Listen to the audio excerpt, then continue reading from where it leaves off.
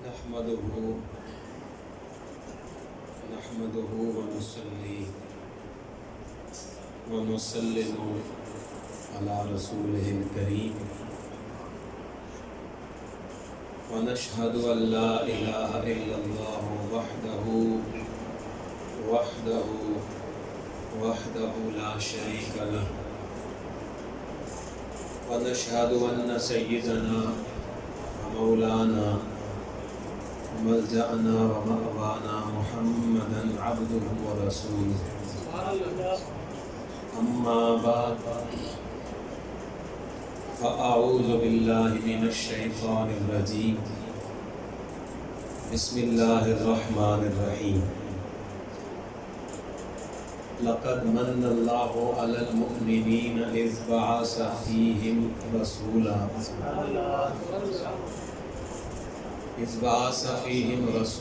من أنفسهم يتلو عليهم آياته ويزكيهم ويعلمهم الكتاب والحكمة وإن كانوا من قبل لفي ضلال مبين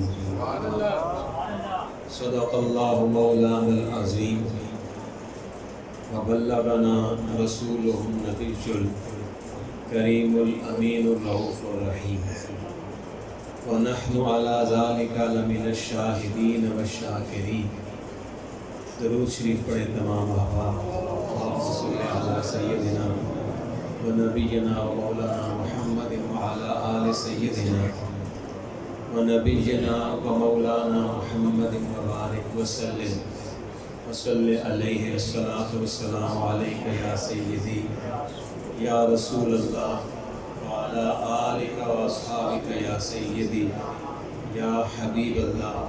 الصلاة والسلام عليك يا شفيع المذنبين وعلى آلك وأصحابك يا سيدي يا رحمة للعالمين. حمد و صلات کے بعد قابل احترام والا شان محترم جناب حضرت علامہ مولانا جہانگیر صاحب مدظ العالی، حضرت علامہ مولانا بابر صاحب دامت برکاتہ القدسیہ، علامہ وسیم صاحب، اور اسی طرح کامران صاحب جو ثنا خان مصطفیٰ ہیں صلی اللہ علیہ نبی الکریم. اور آج کی اس محفل میں تشریف فرما حضور علیہ السلام کے عظیم تر اشعار، دیوانگان، غلامان، اللہ تعالیٰ آپ سب کا آنا قبول فرمائے. منتظمہ کمیٹی کے افراد کے لیے بھی دعا گو ہوں جنہوں نے خدا کے اس گھر کی آبادی کے لیے اور اس طرح کی محافل کے انعقاد کے لیے بڑی محنت وہ کرتے ہیں، اور آج بھی بڑی محنت انہوں نے کی ہے، محبت دی ہے. اللہ تعالیٰ ان کی یہ محبت عقیدت قبول اور منظور فرمائے. میں چاہوں گا کہ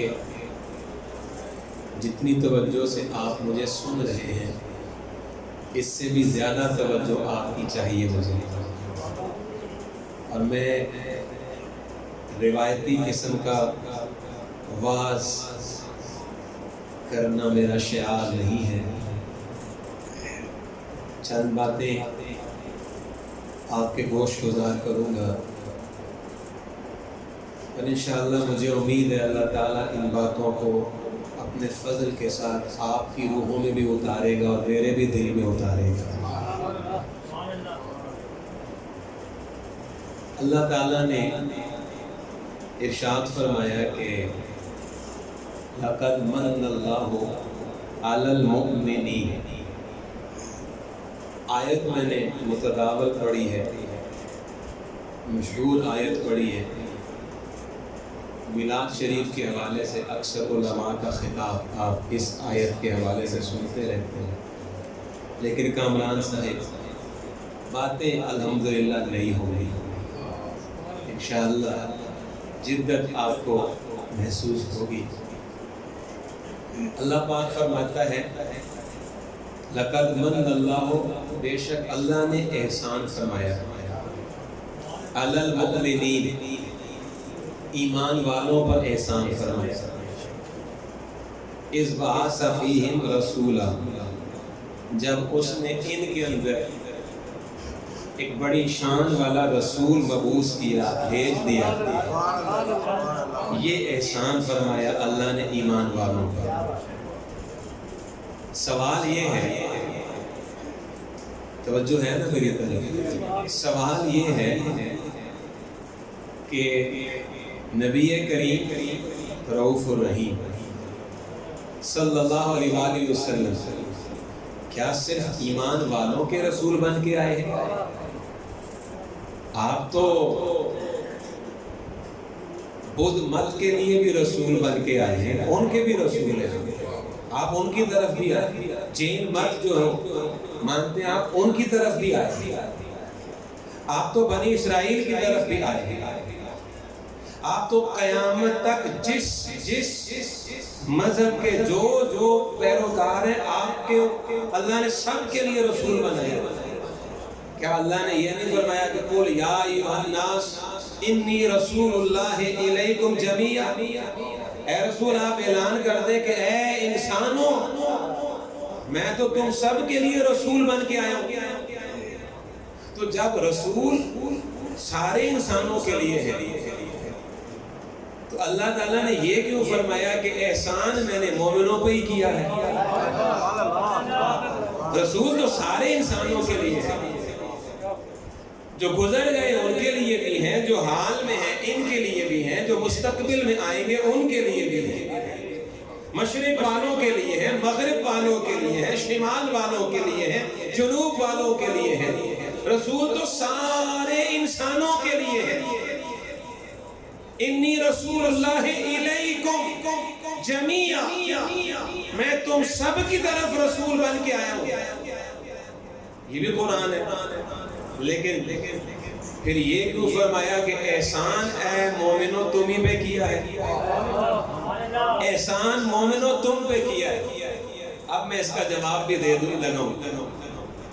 سوال آپ نے سنا، اب آپ کی توجہ میں نے ادھر مبذول کروا لی ہے، تجسس میں نے آپ کے ذہنوں میں پیدا کر لیا ہے۔ اب میں اپنا کام انشاءاللہ آسانی سے کر پاؤں گا کہ میں آپ سے ایک بات پوچھتا ہوں، ادھر دیکھیں، علامہ جہانگیر صاحب، آپ اپنی سب سے قیمتی چیز اگر تحفے میں دینا چاہیں تو کیا دیکھے بغیر دے دیں گے؟ ہر کسی کو اپنی قیمتی ترین چیز آپ تحفے میں دے دیں گے؟ ہر کسی کو دے دیں گے؟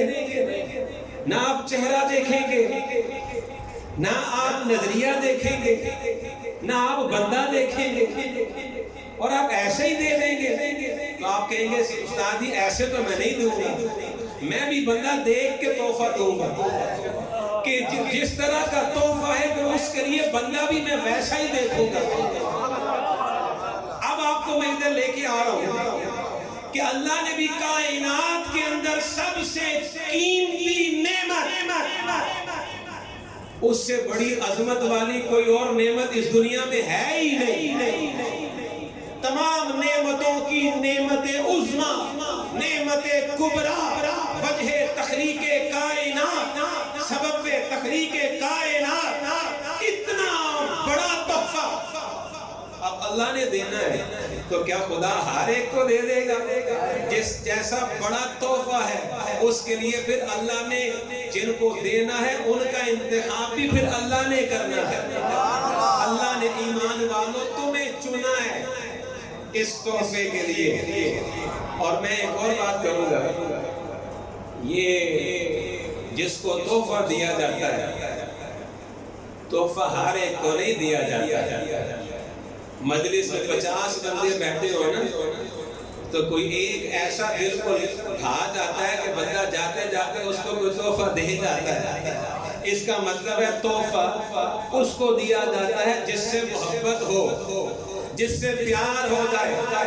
حضور علیہ السلام نے نہیں فرمایا کہ آپس میں تحفے دیا کرو محبت بڑھے گی، اب اللہ نے فرمایا لقد من اللہ علی المؤمنین، ایمان والو اپنا محبوب تمہیں دے کر اصل میں تمہیں تحفہ دیا ہے، اور جس کو تحفہ دیا جائے اس سے پیار ہوتا ہے۔ سمجھ میں یہ آیا کہ اللہ کو ایمان والوں سے پیار ہے، اللہ کو ایمان والوں سے محبت ہے، اس محبت میں اس نے اپنا محبوب ان کو تحفے میں دے دیا کہ تم اس محبوب کا دامن پکڑو گے اور چہرہ مصطفیٰ کا دیکھو گے، لیکن حسن میں خدا کا تمہیں نظر آنے لگ جائے گا۔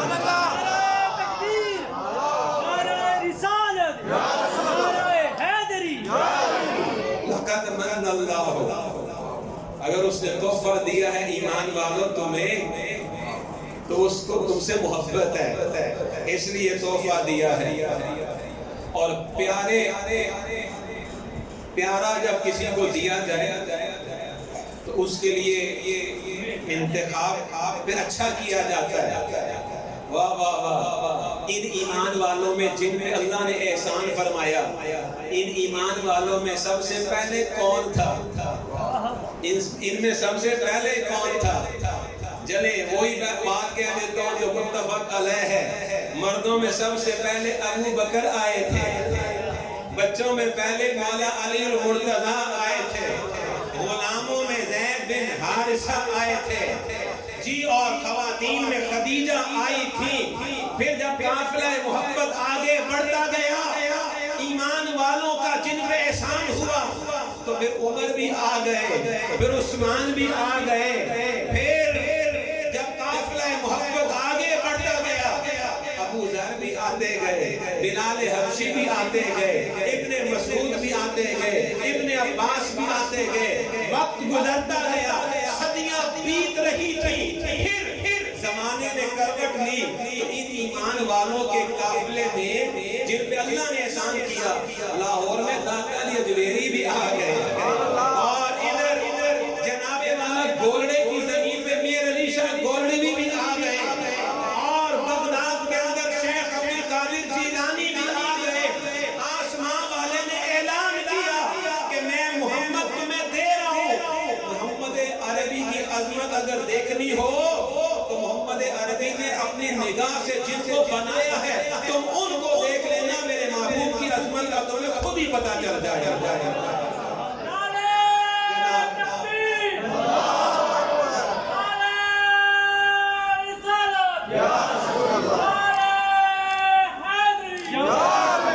اب میں تھوڑی سی کو کم کریں، اب میں ایک اور بات آپ کو سمجھانے لگا ہوں یہاں سے آگے کہ یہ جو اللہ نے فرمایا کہ میں نے احسان کیا ہے ایمان والوں کا، اور اس کے لیے اللہ تعالیٰ نے لفظ تھوڑی سی اور اس کو کم کریں، سمجھ آئے تھوڑی کم کریں، بیس بڑھاتے ہیں اور ایک کو کم کرتے ہیں۔ تو اللہ تعالیٰ نے احسان فرمانے کے لیے فرمایا میں نے تم پر من فرمایا، من۔ اب میرا اگلا سوال یہ ہے کہ یہ من ہوتا کیا ہے، یہ من کا معنی کیا ہے؟ تو آئیں میں اس پر پہلا معنی جو بیان کرنے لگا ہوں طبرسی کا حوالہ دے کر کے اور علماء لغت کا حوالہ دے کر کے عرض کروں گا کہ علماء لغت لکھتے ہیں کہ اصل المن القطع، من کا جو اصل لغوی معنی ہوتا ہے وہ ہے کاٹ دینا، ختم کر دینا۔ یہ سورہ 3 کے اندر یہ آیت جو آپ پڑھتے ہیں اِلَّا الَّذِينَ آمَنُوا وَعَمِلُوا الصَّالِحَاتِ فَلَهُمْ أَجْرٌ غَيْرُ مَمْنُونَ، یعنی ان کو ایسا اجر ملے گا جو ختم نہ ہونے والا ہے۔ تو ممنون سے من یعنی کاٹ دینے والا، ختم کر دینے والا۔ تو مفسرین لکھتے ہیں کہ اللہ نے اپنے محبوب کو فرمایا یہ میں نے تمہیں من کے طور پہ دیا ہے، اور من کا معنی ہے ختم کر دینا، کاٹ دینا۔ تو اللہ نے اس لیے حضور کو منع فرمایا کہ جب مصطفیٰ نے اس زمین پہ قدم رنجہ فرمایا تھا، جب مصطفیٰ نے اس دھرتی کو اپنے قدوم میمنت نواز کی برکتوں سے نوازا تھا، تو جتنی آفتیں تھیں حضور کی برکت سے وہ ساری کی ساری ختم ہو گئیں، جتنی بلیات تھیں وہ ساری کی ساری ختم ہو گئیں، ساری آزمائشیں رخصت ہو گئیں۔ اس کا مطلب یہ ہے کہ من اس تحفے کو اللہ نے قرار دیا ہے کہ جس کی برکت سے ہر طرح کی آزمائش دور ہو جاتی ہے، ہر طرح کا امتحان ختم ہو جاتا ہے، اور اس میں کوئی شک نہیں ہے۔ حضور کی ولادت کی برکت سے تو سارے امتحان ختم ہوئے ہی تھے، آزمائشیں ختم ہوئی ہی تھیں، لیکن آج بھی جو بندہ رحمت عالم صلی اللہ علیہ وآلہ وسلم کو محبت سے یاد کرے، درود شریف پڑھے اور غمگین ہو، پریشان ہو، تو حضور کی برکت سے آج بھی پریشانیاں ختم ہوتی ہیں، آج بھی آفات و بلیات ختم ہو جاتی ہیں۔ آپ نے اس کا گلا بالکل ہی گھونٹ دیا ہے، یا آپ اس کو انتہا پسند لگتے ہیں مجھے، یا آپ اس کو بالکل اٹھا دیتے ہیں، یا آپ اس کو بالکل بٹھا دیتے ہیں۔ ویسے بھی ہم خطیبوں کا ہر جگہ کہیں نہ کوئی امتحان ہوتا ہے، ویسے اللہ نے اجر بھی تو دینا ہی ہوتا ہے۔ تو میں عرض کر رہا تھا کہ جو من ہے اس کا لغوی معنی ہوتا ہے ختم کر دینا۔ رب نے حضور کو من قرار دیا اس معنی میں کہ مصطفیٰ کے آنے سے زمین پہ رہنے والوں پر ظلم ختم ہو گیا، غلامی کی زنجیریں ٹوٹ گئیں، اور ناانصافیوں کا دورہ ختم ہو گیا، اور وہ لوگ جنہیں روحانی بیماریاں لگی ہوئی تھی اللہ نے انہیں شفا عطا فرمائی، اور ان کے دلوں کو اللہ نے ایمان کی روشنی سے منور فرما دیا، اور اللہ تعالیٰ نے آفات اور بلیات کو ختم کر دیا۔ اب آگے بڑھوں گا، میں یہاں ایک اور بات عرض کروں گا۔ یہ جو آیت ہے یہ سورہ آل عمران کی آیت ہے، اس کے پہلے اور اس سے بعد اگر آپ آیات پڑھیں تو آپ کو معلوم ہوگا کہ وہاں پہ غزوہ احد کا پورا واقعہ اللہ نے بیان فرمایا ہے، اور غزوہ احد کے اندر آپ کو پتہ ہے کہ صحابہ کرام جنہیں حضور علیہ السلام نے پہاڑ کے پیچھے وہ تیر اندازوں کا دستہ جنہیں حضور نے کھڑا کیا تھا کہ جب تک میں نہ کہوں یہاں سے ہلنا نہیں، لیکن انہوں نے اس حکم کی مخالفت کی اور اس کا نقصان ہوا، مسلمان بڑی تعداد میں زخمی ہوئے، اور جیت جو ہے وہ ہار میں بدل گئی۔ اب مسلمان وہاں پہ غمگین ہو گئے، پریشان ہو گئے، غمزدہ ہو گئے کہ مشرک ہمیں اب تانے ماریں گے اور ہم ان کے تانوں کا کیا جواب دیں گے۔ سب سے بڑا غم ہوتا ہی ہے کہ بندے کو اگر دشمن تانا مارے، یہ بہت بڑا غم ہوتا ہے۔ شریکہ اگر بندے کو تانا مار دے بہت بڑا غم ہوتا ہے۔ تو مسلمان پریشان تھے اور گھائل دل کے ساتھ مدینہ واپس پہنچے۔ حضور علیہ السلام نے ان کے چہرے دیکھے اترے ہوئے، تو رب کائنات نے اس موقع پر یہ آیت نازل فرمائی، لَقَدْ مَنَّ اللَّهُ عَلَى الْمُؤْمِنِينَ۔ اے مسلمانوں اگر آج شکست ہو گئی ہے تو غم کیوں کرتے ہو؟ اگر آج زخم آئے ہیں تو غم کیوں کرتے ہو؟ جب میرا محمد، میرا مصطفیٰ تمہارے پاس ہے تو پھر غم کس چیز کا ہے، پھر کمی کس چیز کی ہے؟ اگر آج احد میں زخم کھا لیے ہیں تو اگلا احزاب کا غزوہ تمہارا ہوگا، اور اس سے اگلا غزوہ تمہارا ہوگا، زمانہ تمہارا ہوگا، اور مستقبل تمہارا ہوگا۔ اے مسلمانوں غم نہ کرو، غم تو وہ کریں جو لا وارث ہو، تم کوئی بے وارث تھوڑے ہی ہو، تو ان کے وارث نہیں ہیں، وہ اس لیے غم کرتے ہیں۔ مومنوں تمہارا وارث تمہارا مولا میں نے محمد عربی کو بنا کے بھیجا، تم کیوں غم کرتے ہو؟ میں آپ کو عرض کروں کہ ابن عاشور نے یہاں لکھا کہ جب آپ کسی غم زدہ بندے کو صبر کی تلقین کرتے ہیں کہ غم نہ کر یار صبر کر، تو صبر کی نصیحت ویسے نہیں کرنی چاہیے. صبر کی تلقین، صبر کی نصیحت کرنے سے پہلے آپ اس غمگین بندے کو وہ نعمت یاد کرواتے ہیں جو سب سے بڑی نعمت اس کے پاس ہوتی ہے. جب اس کو وہ نعمت آپ یاد کرواتے ہیں تو اسے اپنا وہ غم بھول جاتا ہے، اس کے اندر صبر کرنے کی طاقت آ جاتی ہے. ابن عاشور کہتے ہیں مسلمانوں، زندگی میں اگر کوئی تکلیف آ جائے، زندگی میں اگر کوئی آزمائش آ جائے، مہنگائی ہو جائے، حالات دگرگوں ہو جائے، حالات اتھل پتھل کر کے رکھ دیں تم پریشانیوں میں جب ڈوب جاؤ تو پریشان ہو کر مایوس نہ ہونا. باقی کسی کے پاس کوئی ہو نہ ہو، تمہیں میں نے اپنا حبیب عطا فرما دیا ہے. کونے میں بیٹھ کر کے مراقبہ کرتے ہوئے ایک مرتبہ انہیں یاد کر کے کہہ دینا یا رسول اللہ انظر حالنا، پھر دیکھنا مصطفیٰ کیسے تمہارے مولا بن کے آ جاتے ہیں. لقد من اللہ. تو من کا معنی یہ ہے، ایسا رسول دیا ہے کہ ان کے ساتھ لگ جاؤ گے ہر تکلیف آسان ہو جائے گی، ہر مشکل آسان ہو جائے گی، بیماریاں کافور ہو جائیں گی. میں آپ سے ایک بات پوچھتا ہوں، ادھر یہ پریشانیوں میں اگر لوگ آج خودکشیاں کر رہے ہیں، میں آپ سے پوچھتا ہوں کیا بلال حبشی سے زیادہ پریشانیاں دیکھی ہیں آپ لوگوں نے؟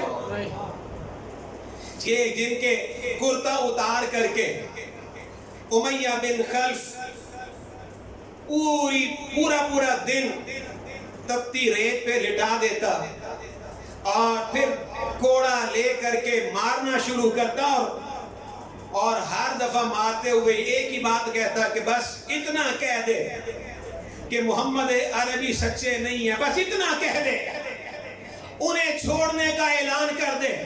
تو بلال پھر بھی کبھی چمکتے چہرے سے اور کبھی درد بری آہ سے پکار کر کے کہتے یہ ایک جسم ہے، اس جیسے لاکھ بھی ہو جائیں، ہر جسم پہ 1000 کوڑے برسا دیے جائیں، میں بوٹی بوٹی تو کروانے کے لیے تیار ہو جاؤں گا، لیکن ظالم میں محمد عربی کو چھوڑنے کے لیے کبھی تیار نہیں ہوگا.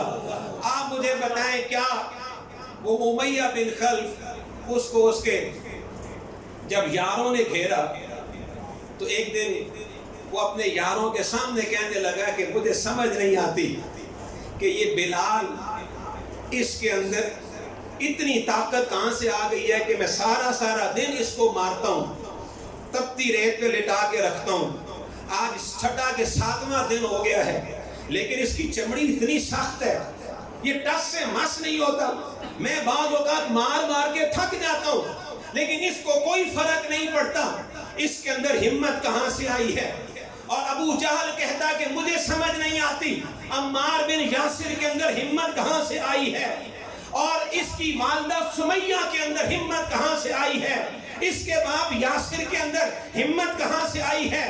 اور اس طریقے سے وہ ایک دوسرے سے پوچھتے، انہیں کسی نے بتایا تمہیں پتہ ہی نہیں ہے کہ جو ہمت اور جو طاقت محبت رسول عطا کر دیتی ہے وہ طاقت کسی اور دوائی سے آ ہی نہیں سکتی ہے. لقد من اللہ علی المؤمنین، انہوں نے دامن رسول پکڑا ہے اور رسول کو اللہ نے من کہا ہے، اور من کہتے ہیں اس شخصیت کو کہ جو ہر غم دور کر دے، ہر تکلیف دور کر دے. اس لیے ان کی تکلیف آسان ہو گئی ہے کہ انہوں نے اپنا سب کچھ مصطفیٰ کے قدموں میں ڈال دیا ہے. لقد من اللہ علی المؤمنین اذ بعث فیہم رسولا. اب آگے ایک اور بات کرنے لگوں. یہ بات علامہ جہانگیر صاحب آپ کو بھی مزہ آئے گا اس بات کو سن کر. یہ جو تیسرا معنی من کا عرض کرنے لگوں، دوسرا معنی بلکہ پہلا معنی میں نے کر دیا، اب دوسرا سنو. من کا ایک معنی ہوتا ہے کہ جس کے ساتھ ما یوزن بہی، وہ پیمانہ یا وہ پتھر جس کے ذریعے آپ دوسری چیز کا وزن معلوم کرتے ہیں. عام طور پہ ہوتا یہ ہے کہ جب آپ ترازو رکھتے ہیں تو ایک پلڑے میں وہ چیز رکھتے ہیں جس کا آپ نے وزن کرنا ہوتا ہے، اور دوسرے پلڑے میں آپ وزن کا پتھر بھی رکھتے ہیں، باٹ رکھتے ہیں۔ تو اب وہ جو باٹ ہے، اس باٹ کے ذریعے یا وہ اس پتھر کے ذریعے آپ کو اس چیز کا وزن معلوم ہو جاتا ہے۔ رب نے فرمایا لَقَدْ مَنَّ اللَّهُ عَلَى الْمُؤْمِنِينَ، اے ایمان والو، ہر چیز کا وزن معلوم کرنے کے لیے ایک چیز ہوتی ہے جس کے ساتھ رکھ کر کے اس کا وزن معلوم کیا جاتا ہے۔ اے ایمان والو، اگر دنیا میں کوئی تم سے تمہارا وزن پوچھ لے کہ تمہارا وزن کیا ہے، بلال تیرا وزن کیا ہے، اے ابوذر تیرا وزن کیا ہے، اے مسلمان تیرا وزن کیا ہے، اے مومن تیری عزت، تیری عظمت، تیری فضیلت کیا ہے، اگر کوئی پوچھ ہی لے کہ تمہارا وزن کیا ہے تو کہہ دینا ہمارا وزن یہ ہے کہ ہم محمد عربی کے ماننے والے ہیں، ہم مصطفیٰ پہ جان نچھاور کرنے والے ہیں، ہم ان کی غلامی کا قلادہ گلے میں سجانے والے ہیں، یہ ہماری عزت ہے۔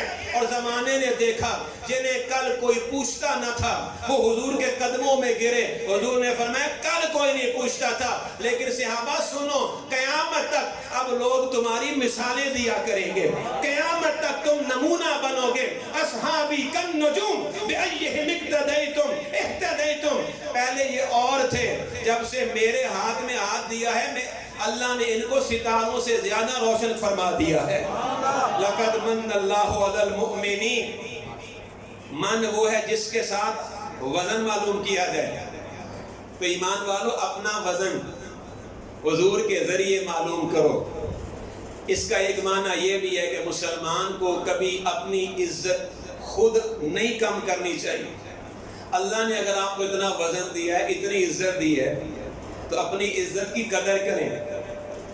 اور لوگ جو مرضی ہے کہیں، کہنے والے جو مرضی ہے کہیں، زمانہ کل بھی ایمان والوں کا تھا، زمانہ آج بھی ایمان والوں کا ہے، اور زمانہ کل آنے والا بھی ایمان والوں کا ہی ہوگا۔ حضور کا دین غالب رہے گا، مصطفیٰ کے نوکر غالب رہیں گے، مصطفیٰ کے چاہنے والوں کا چرچا رہے گا۔ لوگ یہ سمجھیں گے کہ ہم نے ان کو مٹا دیا ہے، لیکن وہ ان کی خام فکر ہوگی۔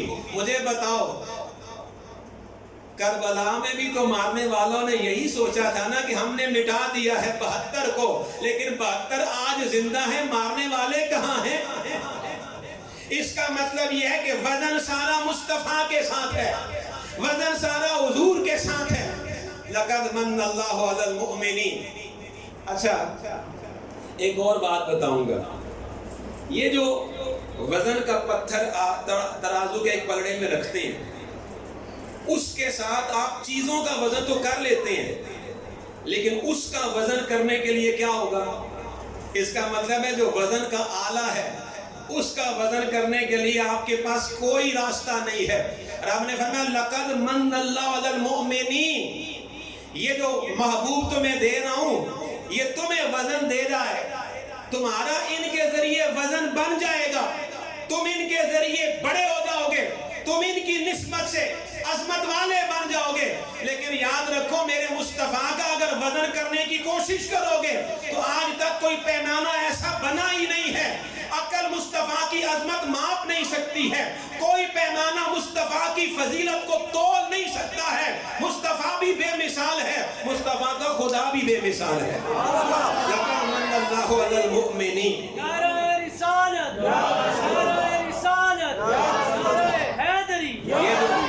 یہ جو معنی اب میں نے بیان کیے گا سنو، اس معنی پر میں ایک حوالہ دینے لگوں، روح البیان کا حوالے اس لیے دے رہا ہوں کہ آج کل تحقیق لوگ پسند کرتے ہیں۔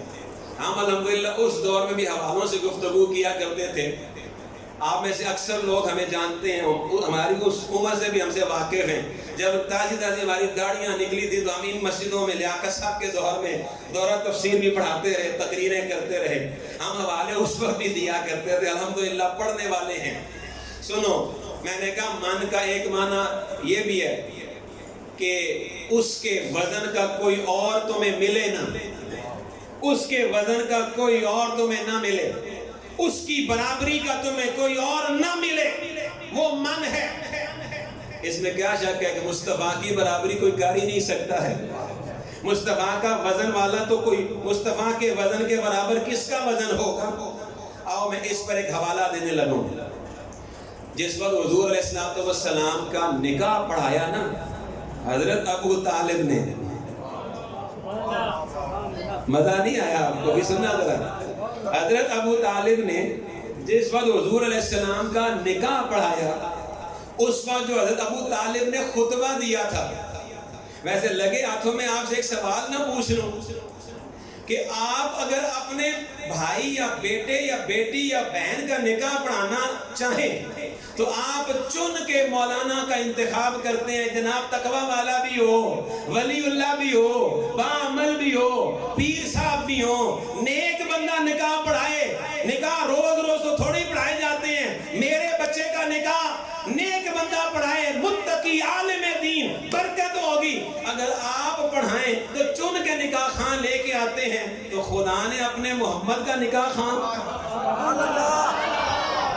خدا نے اپنے حبیب کا نکاح خان کیا چننا نہیں ہے؟ چن کے نکاح خان. اور جس کو اللہ نے چن لیا ہے اس کو اگر کوئی نہیں مانے گا تو فرق اس کو نہیں پڑے گا، نہ ماننے والا ذلیل ہو جائے گا.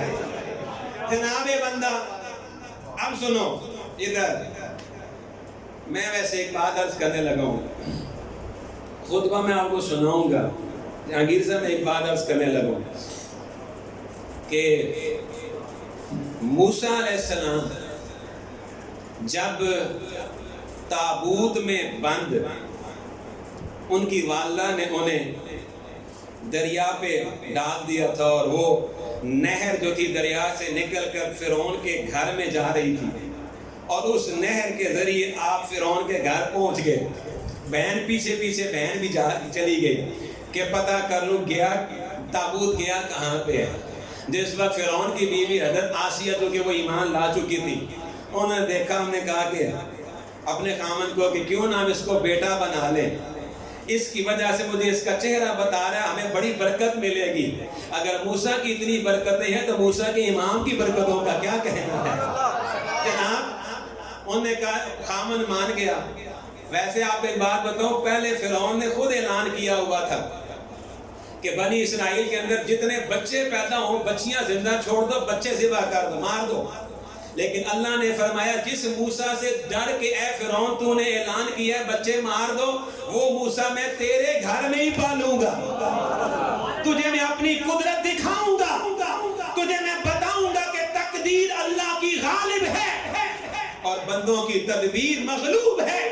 تدبیریں ختم ہو جاتی ہیں، تقدیریں غالب آ جاتی ہیں. اچھا پھر سنو، ہوا یہ کہ بہن پیچھے پیچھے وَحَرَّمَ عَلَيْهِ الْمَرَادِعَ، اللہ نے فرمایا کہ ہم نے موسیٰ کے لیے جتنی بھی دائیاں تھیں ساری حرام کر دی. معنی یہ ہے کہ ادھر پہنچ کے موسیٰ علیہ السلام نے دودھ ہی نہیں پیا، جو دائی آتی کسی کا دودھ نہ پیتے. تو بہن پاس تھی، انہوں نے کہا مجھے ایک دائی کا پتہ ہے، اگر آپ کہیں تو میں اس کو بلا کے لے آؤں. تو بہن گئی جا کے والدہ کو بلا کے لے آئی. تو آ کر کے موسیٰ کی ماں نے دائی بن کر فرعون کے گھر میں موسیٰ کو دودھ پلایا. رب نے اعلان فرما دیا جو میرا رسول ہے وہ مشرکوں کے گھر سے نہ کھائے گا نہ پیے گا. اگر موسیٰ مشرکوں کے گھر سے نہیں کھاتا نہیں پیتا تو موسیٰ کے امام کو پھر اللہ نے محفوظ کیا ہے. یہ مان لیجئے پھر ابو طالب کا گھرانہ بھی توحید پرستوں کا گھرانہ ہے، یہ پاکوں کا گھر ہے. اس لیے کہ پاکوں کا خاندان اور پاکوں کا کھانا مصطفیٰ کے لیے اللہ نے منتخب فرما لیا ہے. لَقَدْ مَنَّ اللَّهُ عَلَى الْمُؤْمِنِينَ.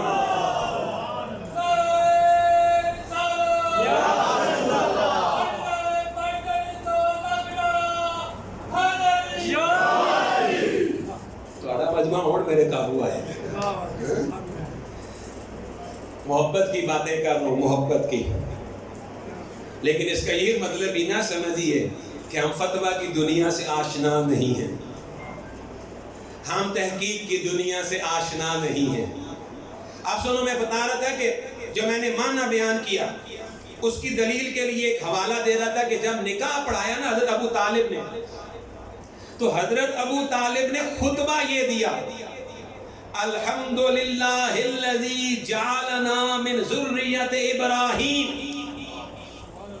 اے اللہ تیرا شکر ہے کہ تو نے ہمیں ابراہیم کی اولاد میں پیدا کیا، وزرع اسماعیل، اور اسماعیل کی شاخ میں پیدا کیا، وَدِعْدِعِ مَعَدْ، اور معد کے قبیلے میں پیدا کیا، وَعُنْصُرِ مُدَر، اور مدر کے خاندان میں بنایا، وَجَعَلَنَا خَدْنَةَ بَيْتِهِ، اور اللہ تیرا شکر ہے تو نے ہمیں اپنے گھر آنے والوں کی خدمت کرنے والا بنایا ہے، وَسُوَّاسَ حَرَمِهِ، اور تو نے ہمیں اپنے حرم کا نگہبان بنایا ہے، وَجَعَلَ لَنَا بَيْتًا مَحْجُوجًا، اور تو نے ہمارے لیے کعبہ کو دلیل بنایا ہے، وَحَرَمًا آمِنًا، اور تو نے کعبہ کو ہمارے لیے امن والا حرم بنایا ہے۔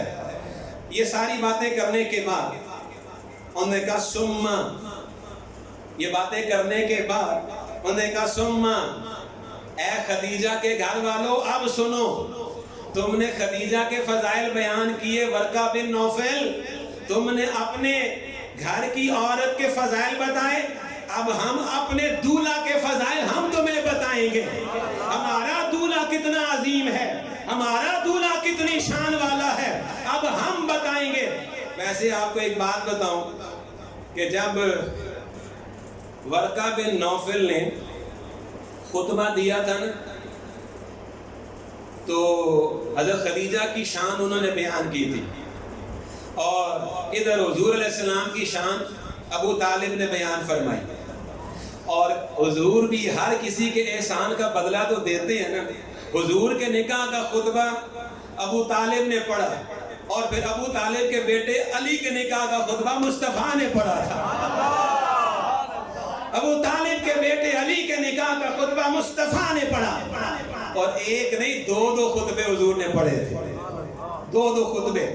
اب سنو اگلے الفاظ، فرمایا ثم ابن اخی ھذا، اے ورقہ بن نوفل اور خدیجہ کے قبیلے والوں اب سنو، یہ جو میرا بھتیجا ہے محمد بن عبداللہ، محمد بن عبداللہ یہ جو میرا بھتیجا ہے، من، یہ من ہے، من۔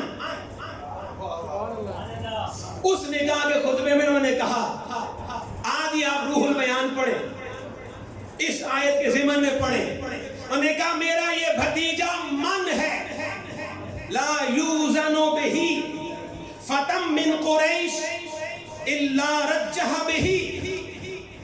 اگلے الفاظ کا معنی یہ بنتا ہے کہ تم میرے بھتیجے محمد عربی کے ساتھ جس قریشی جوان کو بھی رکھو گے، جس حسین سے حسین کو بھی لا کے کھڑا کرو گے، اللہ کے فضل سے غالب میرا مصطفیٰ ہی نظر آئے گا، ترجیح میرے مصطفیٰ کو نظر آئے گی۔ اور کیوں نہ ہو، ایک دفعہ حضرت بی بی پاک ام المؤمنین سیدہ عائشہ صدیقہ رضی اللہ تعالی عنہا وسلام اللہ علیہا آپ فرماتی ہیں کہ حضور علیہ السلام جب چل رہے ہوتے اور آپ کے دائیں یا بائیں اگر اونچے قد والا بندہ چلتا نا تو حالانکہ وہ اونچے قد والا آپ کے ساتھ چل رہا ہوتا لیکن خدا کی شان لمبے حضور ہی دکھائی دیا کرتے تھے، اونچے حضور ہی نظر آتے تھے۔ اور اسی طرح حضور جب مجلس قائم کرتے تھے، مجلس میں بھی جو اونچے قد والا ہوتا ہے جب وہ بیٹھا ہو تو وہ نمایاں نظر آتا ہے۔ کہتی ہیں بڑے قد والے بھی جب بیٹھتے تھے حضور کے سامنے تو اونچے حضور ہی دکھائی دے رہے ہوتے تھے۔ تو حضرت ابو طالب نے کہا میرا یہ بھتیجا من، یہ من ہے، ان کے ساتھ جس قریشی جوان کا بھی وزن کرو گے وزن میں میرا مصطفیٰ آگے نکل جائے گا، میرا مصطفیٰ آگے نکل جائے گا۔ اچھا ایک اور بات، ادھر یہ جو نکاح کا خطبہ حضرت ابو طالب نے پڑھا، علامہ وسیم صاحب اور علامہ وسیم عباسی صاحب بھی آ چکے ہیں، یہ جو خطبہ نکاح کا حضور علیہ السلام کا جناب ابو طالب نے پڑھا، یہ کب پڑھا تھا؟ یہ تو اعلان نبوت سے پہلے کی بات ہے، اعلان نبوت سے پہلے پڑھا جب حضور کی عمر مبارک 25 سال تھی، اس وقت یہ نکاح کا خطبہ پڑھا اور اس میں انہوں نے کہا میرا یہ بھتیجا یہ من ہے، محمد عربی من ہے۔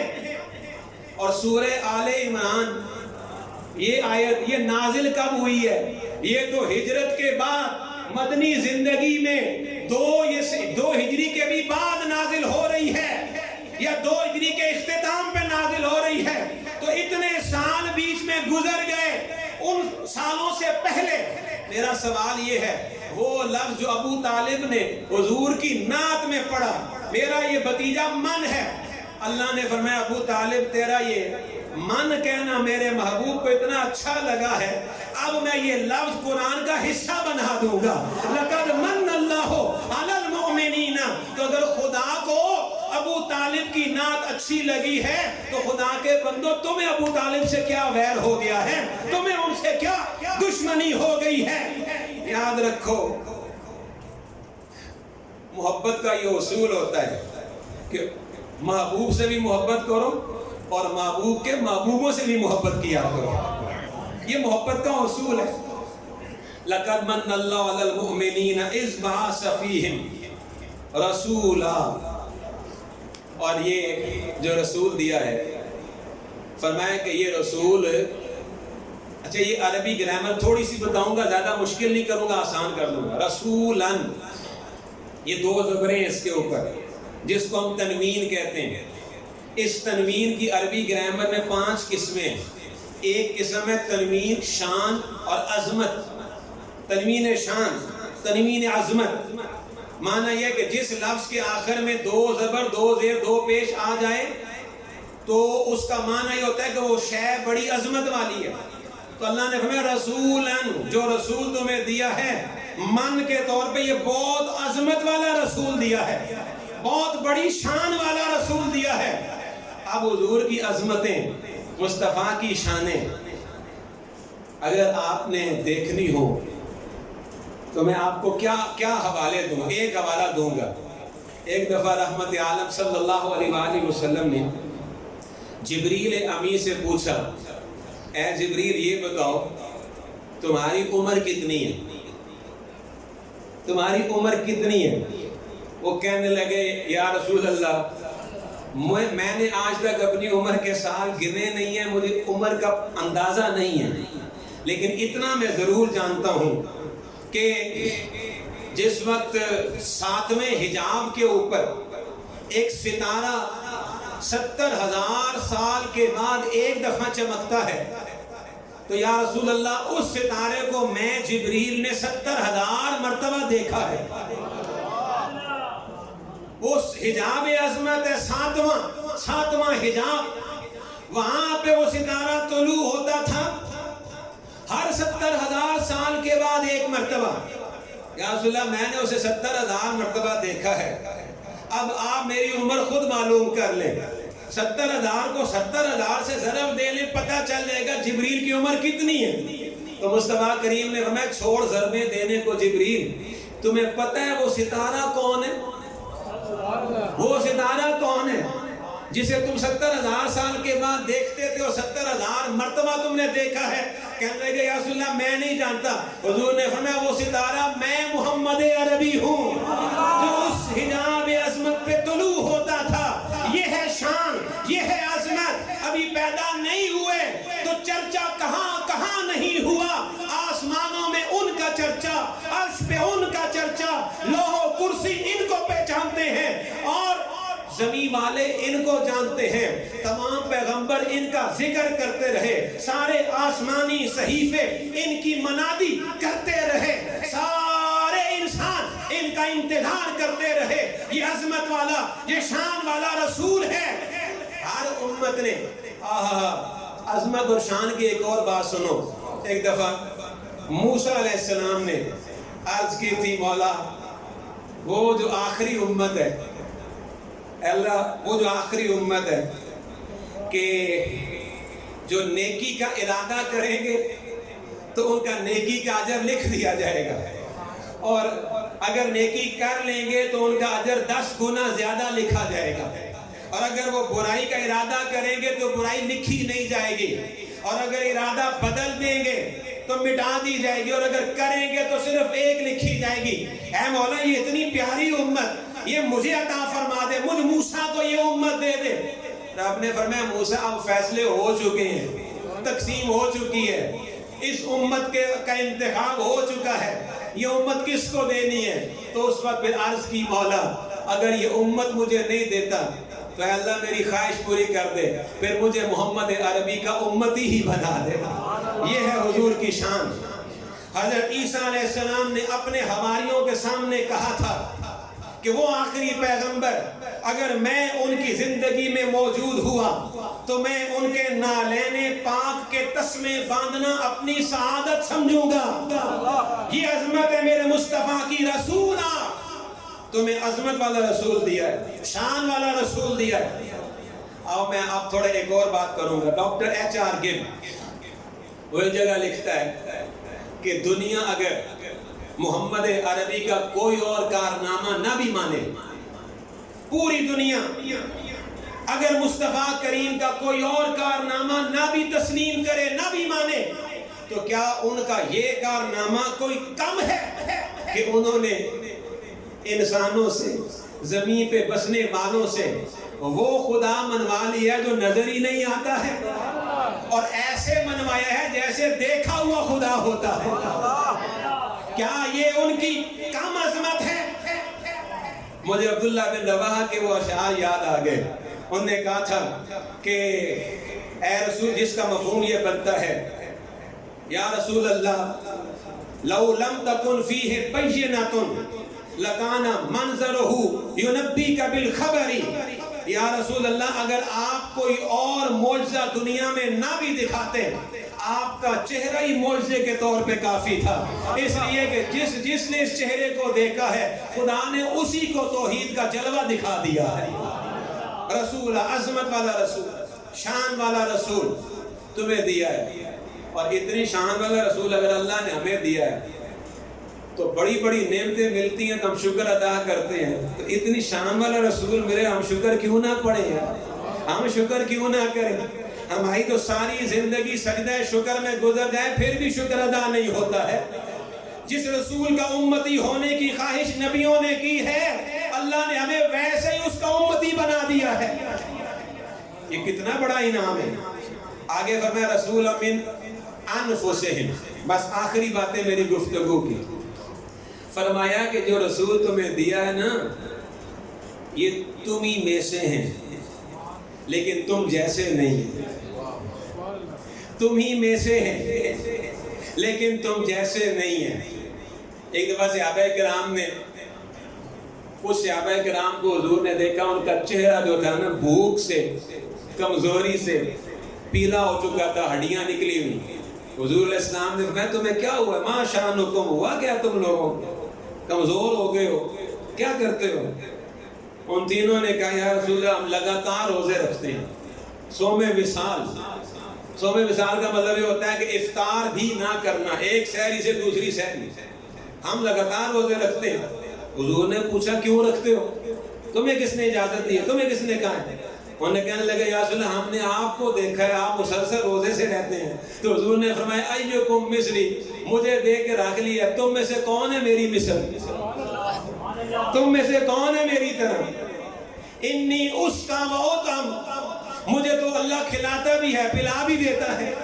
تمہارے سامنے یہ ہوتا ہے کہ میں نے کھایا نہیں ہے، لیکن مجھے میرا رب کھلا بھی رہا ہوتا ہے، پلا بھی رہا ہوتا ہے۔ تم میری طرح نہیں ہو سکتے، ہے تم ہی میں سے، لیکن تم جیسا نہیں ہے، تمہاری مثل نہیں ہے۔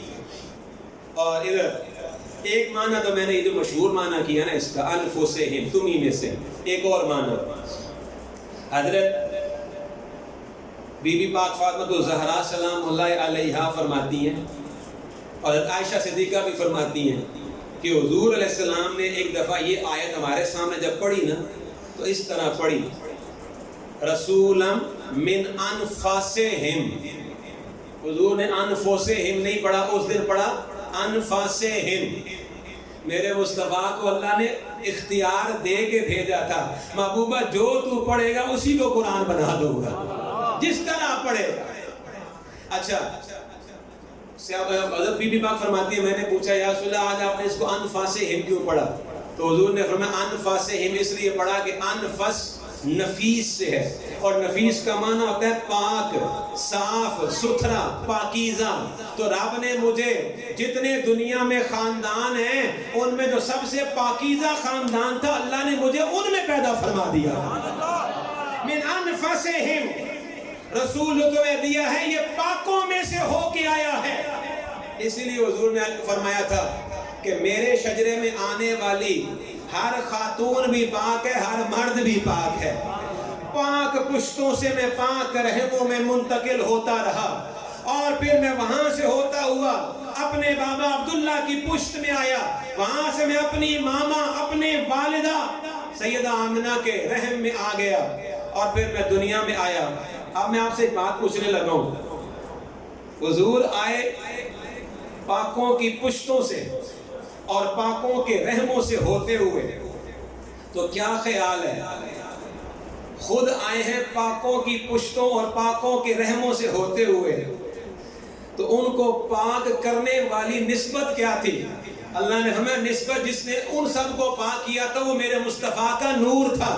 اگر نور مصطفیٰ ادھر اوپر سب کو پاک کر سکتا ہے، حضور کے خاندان میں اوپر والے پاک ہو گئے حضور کے نور کی نسبت سے، تو بتائیں پھر جو حضور کے وجود سے آگے پیدا ہوئے، جن کی رگوں میں مصطفیٰ کا خون آ گیا، پھر فاطمہ کے بارے میں کیا کہو گے؟ پھر حسن کے بارے میں کیا کہو گے؟ حسین کے بارے میں کیا کہو گے؟ پھر ان کے بارے میں کیا عقیدہ رکھو گے؟ رب نے فرمایا اس رسول کے اوپر والے بھی پاک ہیں، اس رسول کے نیچے والے بھی پاک ہیں، اس کی اولاد بھی پاک ہے، اس کے آبا بھی پاک ہیں، اجداد بھی پاک ہیں، امہات بھی پاک ہیں۔ کیوں نہ ہو، یہ پاکوں کا قبیلہ ہے۔ یہ بات اگر کوئی صحیح سمجھا ہے نا تو شاہ احمد رضا خان فاضل بریلوی سمجھے ہیں، اسی لیے انہوں نے کہا تھا کہ تو تیری نسل پاک میں ہے، بچہ بچہ نور کا، تو ہے عین نور تیرا، سب گھرانہ نور کا۔ اعلیٰ حضرت کے ماننے والے، آپ کو شاید یہ بات سمجھ نہیں آئی، اگر آئی ہوتی تو آپ یہ کبھی بھی نہ کہتے کہ فاطمہ الزہرا نے غلطی کھائی ہے، خطا کی ہے، اس لیے کہ حضور کی نسبت کا اکرام کرنے والے حضور کو بھی پاک مانتے ہیں، حضور کی بیٹی کو بھی پاک مانتے ہیں۔ رسولا من انفسہم یتلو علیہم آیاتہ ویزکیہم، اللہ نے فرمایا ان کی ایک نشانی یہ ہے کہ یہ میری آیتیں پڑھتے ہیں، یہ تمہارے سامنے میری آیتیں پڑھتے ہیں، ویزکیہم، اور پھر تمہیں پاک کرتے ہیں۔ خود پاک ہے نا، اور جو ان کے وجود سے نکلے وہ بھی پاک ہیں، اور جو ان کے قدموں میں آ جائیں یہ اس کو بھی پاک کر دیتے ہیں، اس کو بھی دھو دیتے ہیں، کردار دھو دیتے ہیں، عقل دھو دیتے ہیں، روح دھو دیتے ہیں، سوچ دھو دیتے ہیں، خیال پاکیزہ کر دیتے ہیں، اور بندے کو انسانیت کی معراج کرا دیتے ہیں۔ یہ یزکیہم، پاک کرتے ہیں۔ آگے ہمیں وَيُعَلِّمُهُمُ الْكِتَابَ وَالْحِکْمَةَ، پہلے پاک کرتے ہیں، پھر کتاب بھی سکھاتے ہیں، حکمت بھی سکھاتے ہیں۔ اس کا مطلب ہے پڑھنے سے پہلے پاک ہونا پڑتا ہے، اور اس کے لیے ایسا استاد دیکھیں جو صاحب نظر ہو۔ صاحب نظر استاد اگر آپ کو زندگی میں مل جائے، تقوی والا، نیک آدمی، نیک بندہ، تو اس کے دو فائدے ہوتے ہیں۔ وہ صاحب نظر، صاحب نسبت، پہلے آپ کا من پاک کرے گا، جب دل پاک ہو جائے گا، دل یہ جو برتن ہے یہ صاف ہو جائے گا، تو علم اللہ کا نور ہے، خدا اپنے نور کو صاف اور پاکیزہ برتن میں منتقل فرما دے گا۔ وَيُعَلِّمُهُمُ الْكِتَابَ وَالْحِکْمَةَ۔ علامہ ابن حاجر، ہمارے اندر سے نظامی میں ایک کتاب نحو کی پڑھائی جاتی ہے، کافیہ، تو اس کے مصنف ہیں، وہ لکھتے ہیں اپنے ملفوظات میں کہ ہمارے زمانے میں ہر بندے کو علامہ نہیں کہا جاتا تھا۔ اس وقت تک علامہ نہیں کہتے تھے جب تک بندہ پڑھنے کے بعد کسی صاحب نسبت اور تقوی والے کسی ولی اللہ کی تربیت میں اس نے وقت نہ گزارا ہو، اس وقت تک اسے علامہ نہیں کہا جاتا تھا۔ لیکن آج حالات بدل گئے، چھوٹی چھوٹی عمریں ہوتی ہیں، اور اپنے آپ کو عالم بے بدل اور جناب پتہ نہیں شمشیر برہاں اور کیا اور تیغے برا اور کیا وہ القاب پسند کر لیتے ہیں۔ اے کاش کہ اس امت کو اس رسول کا مزاج مل جائے جس رسول نے اپنے دشمنوں کو بھی اپنا گرویدہ بنا لیا تھا، اپنا غلام بنا لیا تھا۔ کاش اس امت کو حضور کا مزاج نصیب ہو جائے۔ اور اب سنو، رب نے فرمایا یہ پہلے پاک کرتے ہیں، پھر کتاب سکھاتے ہیں، پھر حکمت سکھاتے ہیں۔ وَإِنْ كَانُوا مِنْ قَبْلُ لَفِي ضَلَالٍ مُبِينٍ، اگرچہ ان کے قدموں میں گرنے سے پہلے تم لوگ سارے گمراہی میں تھے، کھلی گمراہی میں۔ آج اگر ہدایت کا نور تمہارے پاس ہے تو یہ وسیلہ مصطفیٰ کا ہے۔ آج اگر سجدوں کی روشنی تمہاری پیشانی میں جگمگا رہی ہے تو یہ وسیلہ مصطفیٰ کا ہے۔ آج اگر تمہارے ہاتھ ایک خدا کے سامنے اٹھے ہیں اور دعا تمہارے ماتھے کا جھومر بن کے سج رہی ہے تو یہ سجدہ ہے میرے مصطفیٰ کا۔ آج اگر تم کعبے کو پہچان کے کعبے کا طواف کر رہے ہو اور وہاں سے لات و منات کو دور کر دیا گیا ہے، وہ غلاظت ختم کر دی گئی ہے، صفا مروہ کی تم سعی کر رہے ہو، مقام ابراہیم کی قدر تمہیں معلوم ہو گئی ہے، تو یہ سارا صدقہ میرے مصطفیٰ کا ہے۔ اگر مصطفیٰ کے قدموں میں نہ آئے ہوتے تو تمہیں ہدایت کہاں سے ملتی؟ معاف کیجئے، جن کے صدقے میں آج حج ملا ہے، جن کے صدقے میں نماز ملی ہے، جن کی وجہ سے کعبہ ہمیں پتہ چلا کہ کعبہ ہے، جن کی وجہ سے ہدایت ملی، تو بڑی بے وفائی ہوگی کہ آج ہم کعبے جا کر کے مدینہ نہ جائیں۔ حضور نے فرمایا جس نے کعبے میں آ کر حج کیا اور اس نے میری زیارت نہ کی فقط جفانی، تو اس نے میرے ساتھ بے وفائی کی ہے۔ یہ بے وفائی اس لیے ہے کہ میری وجہ سے تمہیں سب کچھ ملا ہے اور تم مجھے ہی بھول رہے ہو، مجھے ہی فراموش کر رہے ہو، میرے بارے میں دلیلیں مانگ رہے ہو، میرے بارے میں مناظرے کر رہے ہو، میرے بارے میں جھگڑے کر رہے ہو، میری شان کے بارے میں حوالے مانگ رہے ہو۔ تم کیسے امتی ہو، تم کیسے غلام ہو؟ عاشق تو وہ ہوتا ہے کہ جناب وہ دلیل نہیں مانگتا، اسے اپنے محبوب کے بے بدل ہونے کا علم ہوتا ہے، اسے محبوب کا پتہ ہوتا ہے۔ میرے دوستوں، میں نے نہ چاہتے ہوئے بھی کافی طویل گفتگو کر لی، الحمدللہ آیت میں نے مکمل کر لی ہے۔ یار زندہ صحبت باقی، انشاءاللہ پھر کبھی آئے تو پھر انشاءاللہ یا یہاں سے یا کسی اور مقام سے گفتگو آپ کی خدمت میں کروں گا۔ اور خواتین بھی مجھے پتہ چلا ہے کہ وہ بھی سن رہی ہیں، تو اللہ تعالیٰ ان کو بھی جزا عطا فرمائے۔ آپ سارے لوگوں نے، بچوں نے ماشاءاللہ بڑی توجہ سے میری گفتگو سنی ہے، اور ماشاءاللہ سے ظہیر صاحب جو منتظمہ کمیٹی کے صدر ہیں اور ان کی باقی جو ٹیم ہے، سارے سیکٹری ہیں اس منتظمہ کمیٹی کے، اور صدر صاحب کون ہیں؟ چودھری اسلم صاحب، اور باقی جو ان کی ٹیم ہے، ماشاءاللہ دل بہت خوش ہوا ہے اس گھر کو دیکھ کر، اس مسجد کو دیکھ کر۔ ماشاءاللہ آپ نے صحیح لگن کے ساتھ، محبت کے ساتھ اس کے لیے آپ نے کام کر بھی رہے ہیں، کیا بھی ہے۔ مجھے لیاقت صاحب کے دور والی وہ مسجد بھی یاد ہے، اور یہاں آ کر کے بڑا وقت گزرا آپ لوگوں کے ساتھ۔ اللہ آپ کا میرا حامی و ناصر ہو۔ اللہ پردے میں بیٹھی ہوئی خواتین کو بھی اور آپ کو بھی دین دنیا خبر آخرت کی ساری نعمتیں عطا فرمائے، حضور کے ساتھ ہمیں وفا کرنے کی توفیق عطا فرمائے۔ آمین بجاہ سید المرسلین وآخر دعوانا